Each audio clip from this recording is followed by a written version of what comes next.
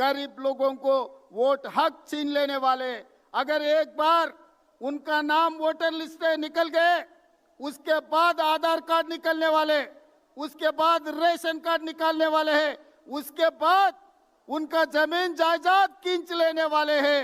इस देश में जो मूलवासी आदिवासी है उन लोग सब कुछ खो जाएंगे।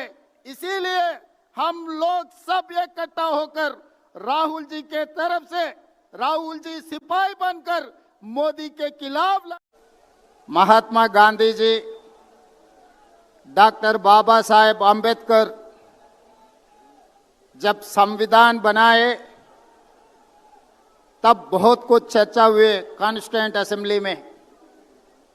दलित, आदिवासी, माइनॉरिटी और गरीब लोगों को वोट देने के लिए तब आरएसएस, गोलवालकर उनके परिवार ने ये दलित, आदिवासी, माइनॉरिटी और गरीब लोगों को वोट देने के लिए मना किया।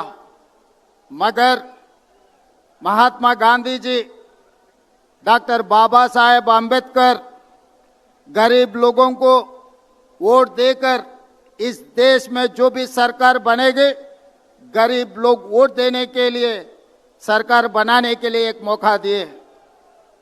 मगर आरएसएस गोलवालकर के सोच और विचारधारा लेके इस देश में जो सरकार बनाया नरेंद्र मोदी जी और अमित शाह, वो कानून, वो सोच, वो विचारधारा इस देश में लागू करने के लिए पिछले चुनाव में ये मांगा था 400 सीट।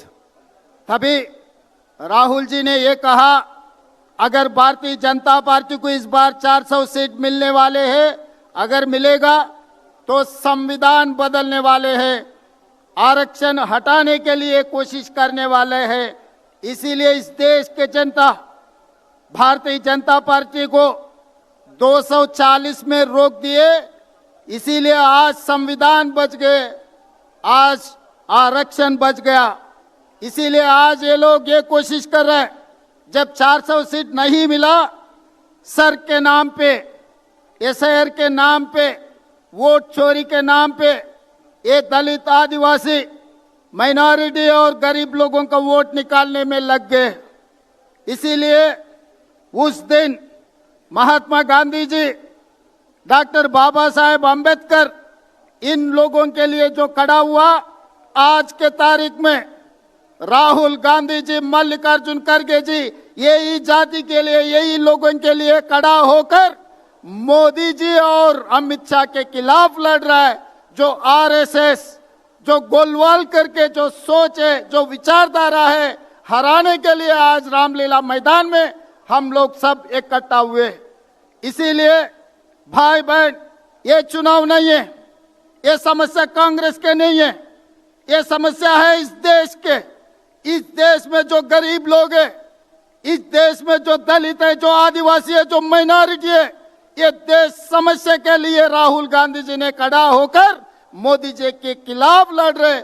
हम लोग राहुल भैया को हम लोग मजबूत करना है। इस जंग में, इस लड़ाई में राहुल जी को इस बार इस देश ने जिताना है, नहीं है तो गरीब लोगों को वोट हक छीन लेने वाले। अगर एक बार उनका नाम वोटर लिस्ट से निकल गए, उसके बाद आधार कार्ड निकलने वाले, उसके बाद रेशन कार्ड निकालने वाले हैं, उसके बाद उनका जमीन जायदाद खींच लेने वाले हैं। इस देश में जो मूलवासी आदिवासी है उन लोग सब कुछ खो जाएंगे।